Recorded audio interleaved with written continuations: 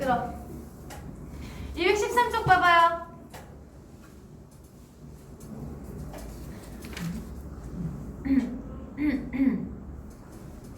자, 제재 한눈에 보면 의사소통 과정의 성격과 주안점 나오죠. 의사소통이라는 게 한쪽에서만 이야기를 한다고 의사소통이 되는 게 아니잖아.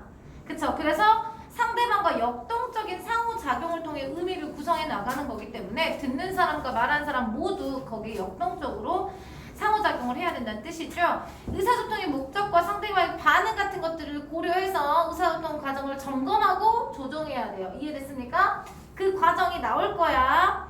자, 그러면 듣기 과정에서는 뭘 해야 되냐? 얘가 말하고 있는 걸 정확하게 이해하고 있을까? 숨겨진 의미를 적절히 내가 추론하고 있나? 발언의 내용이나 방식이 적절성이 올바로 평가되고 있는가 평가하고 내가 있을까? 화자의 말에 공감하거나 감동하면서 듣고 있는가? 같은 것들을 생각해야 되고, 말하기 과정에서는 내가 말하기 목적과 상황에 맞는 말을 했나? 언어적 표현에도 준언어적, 여러분 준언어 뭐야? 말투, 억양, 목소리 크기 같은 거 준언어, 반언어, 표정, 행동, 아니면 머리끄댕이 잡는다거나 멱살 잡는다거나 이런 것들, 혹은 보조자료, 그림이라든가 지도 같은 것들을 사용할 때도 씁니다. 의도한 바가 청자에게 바르게 전달되고 있는지 같은 것들을 생각을 해야 되겠죠. 그럼 어떤 태도를 가지고 있어야 돼? 각자의 역할을 충실히 수행하고 상대방을 존중하고 그런 태도, 서로 배려하고 협력적으로, 말했죠 아까 여러분, 역동적으로 서로 해야 된다. 어렵지 않습니다. 214페이지 볼게요. 의사소통 과정은 단순히 자신의 생각과 느낌을 상대에게 전달하는 일방적인 과정이 아니라 상대방과 역동적인 상호작용을 통해서 의미를 구성해 나가는 과정이에요. 따라서 원활하고 효과적인 의사소통을 위해서는 의사소통의 목적,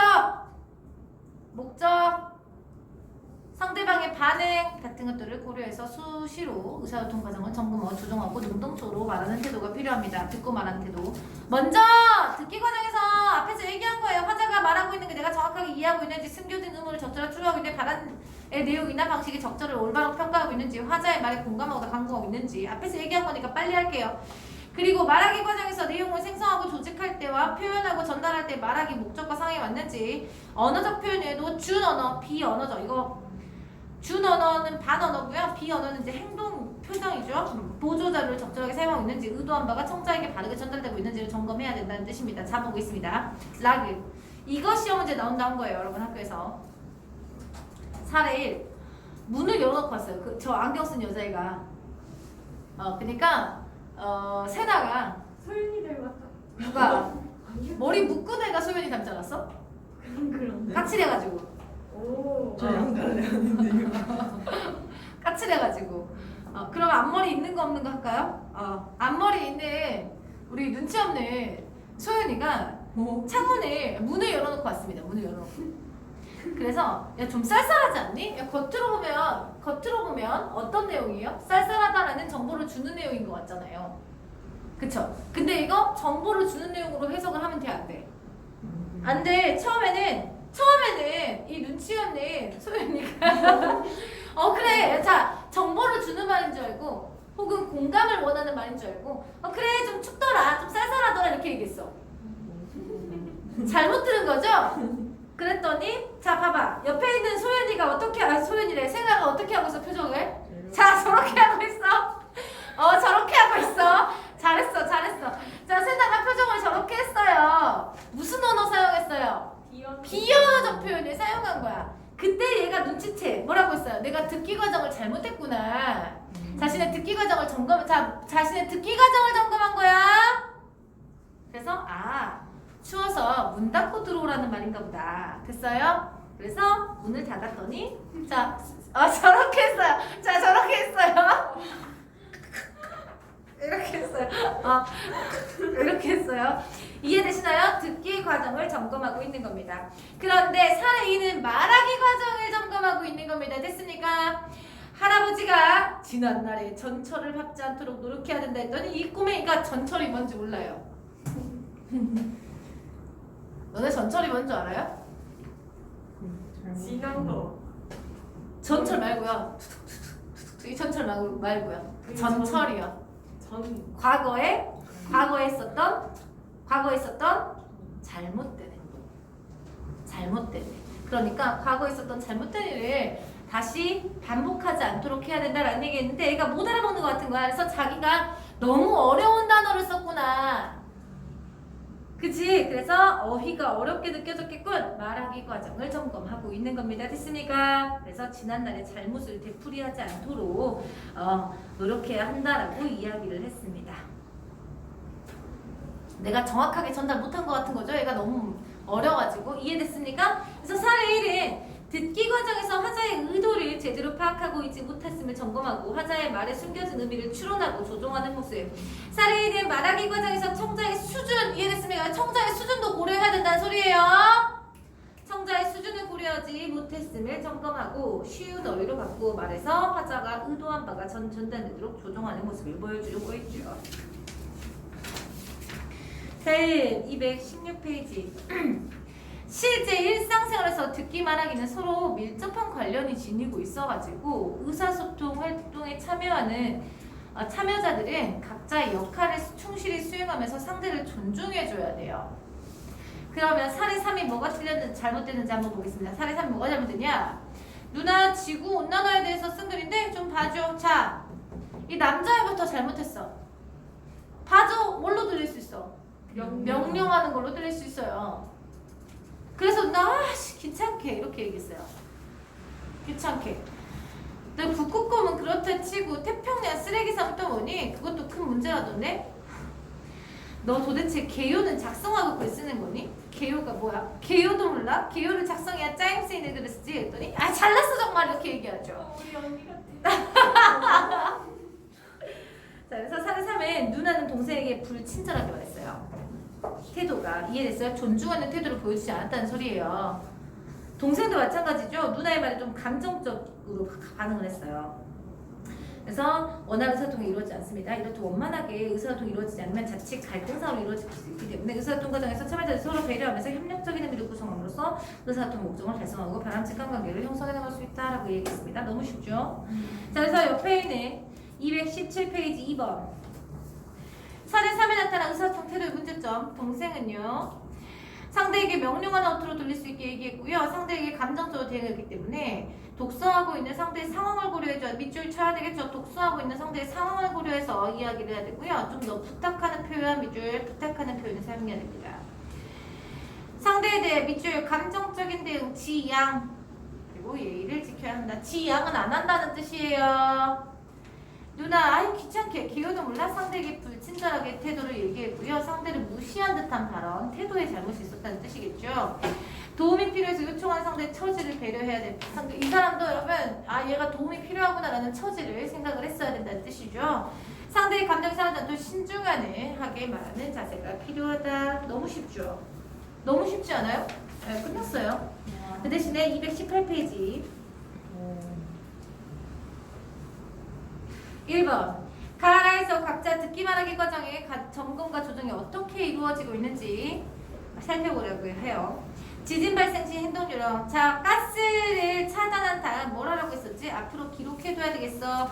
자신이 이해했는지 놓친 부분이 있는지를 생각하고요. 메모에도 들어가겠다라고 무엇을 조정하고 있어요? 듣기 방법 조정한 거예요. 됐습니까?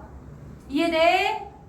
다음 제가 겪어봤던 일로 볼 때 개인적 경험을 일반화하고 있는 것들 적절한 근거일까? 상대방의 적절성을 점검하고 얘가 타당한 근거를 들어주고 있는지 됐어요? 타당한 근거를 들어주고 있는지를 의문을 제기하면서 듣기를 조정하고 있고요. 다음 조심하 좀 하지 않고 그랬더니 좀 더 다정하게 위로 건넬 거니까 상대의 상황이 지금 다쳐가지고 병원에 있는 상황이잖아. 그러니까 상대의 상황을 고려해서 좀 더 다정하게 말할 걸이라고 말하기 과정을 조정하고 있는 거예요. 됐어요? 안녕하세요. 저는 땡땡땡이라고 합니다. 밝은 표정과 씩씩한 말투로 인상을 남겨야지 준언어적, 비언어적 표현을 적절하게 사용해야 되겠다. 말하기 과정을 점검하고 있는 겁니다. 됐습니까? 됐습니까? 네. 좋습니다. 3번 2번 의사소통 참여자들이 진유할 태도를 고려할 때 글에 실시된 사례 3에 적절하게 고쳐본데 이렇게 바꾸다. 누나 바쁜데 미안해. 지구 온난화에 대해서 글을 쓴 차 봐봐. 누나 바쁜데 미안. 상대의 처지, 독서하고 있는 처지를 고려하고 있는 거죠? 이해됐어요? 이렇게 바꾸라 이 말이에요. 여러분 이 사례는 앞에 나온 그 대화하는 거예요. 글 좀 봐주면 좋겠어. 부탁하는 태도로 바꿉니다. 그래 어디 한번 같이 보자. 북극곰 지구온난화에 관련이 있지만 태평양 쓰레기 섬은 직접적인 관관이 없지 않아? 교과서에 나와 있는 내용이 중요할 것 같아서 넣었는데 중요한 내용이라도 주제와 관련이 없으면 넣어서 곤란해 이렇게 얘기를 할 수 있습니다. 개요가 뭐야? 라고 궁금한 거 물어보고요. 집을 지을 때 설계도 필요하듯이 글 쓸 때도 마찬가지야. 상대방이 아직 어린 것을 상대방의 지적 수준을 고려해서 이렇게 얘기를 해주고 있는 거죠. 이해됐어요 여러분? 좋습니다. 자 2번 다음 학생회의 장면에 나타난 의사소통 과정을 한번 살펴봅시다. 학생회장이 지난 회의에 나눔의 가치 실천하자는 취지로 학교 축제 때 장터를 실시하기로 결정했었지요. 축제가 얼마 남지 않았으니 자선장터를 어떻게 운영할지 구체적으로 운영해 줍시다. 문화부장 뭐래? 아 자선장터의 성격상 봉사부에서 자선장터를 사용하는 게 맞지 않을까요? 봉사부가 축제 때 축제 때 딱히 하는 일도 없고요.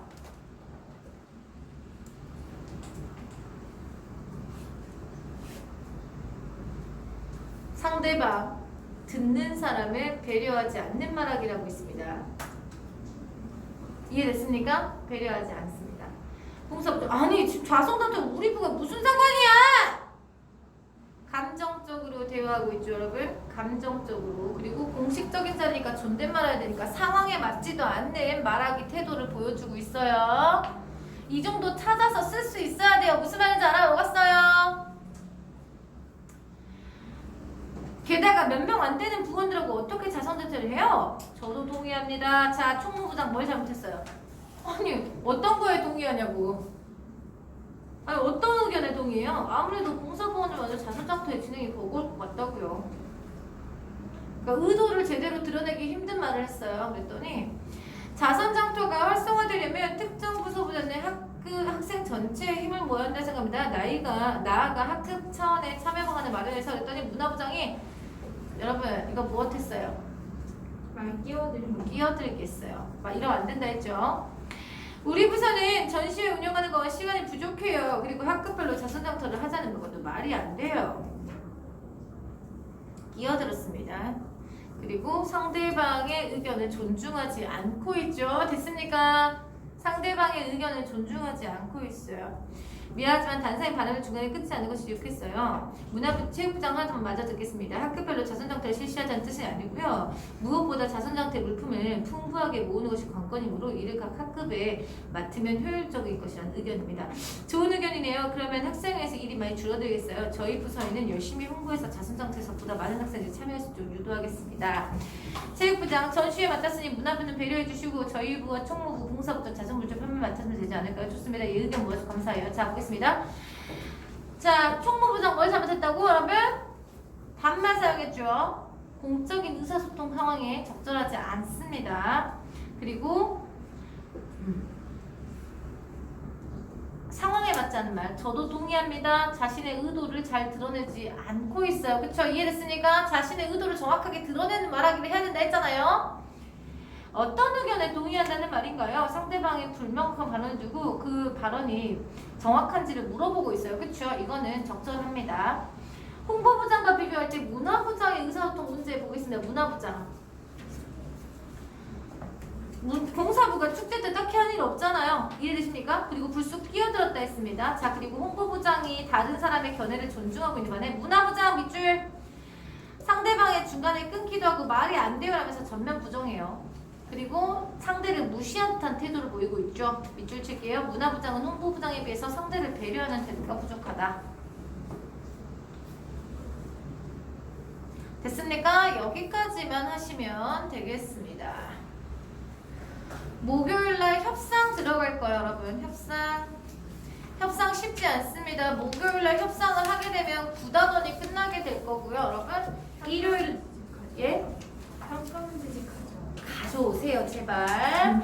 그 다음에 일요일날 10단원 들어갈 거고요. 다음 주 월요일날 10단원에 2까지 끝내게 되면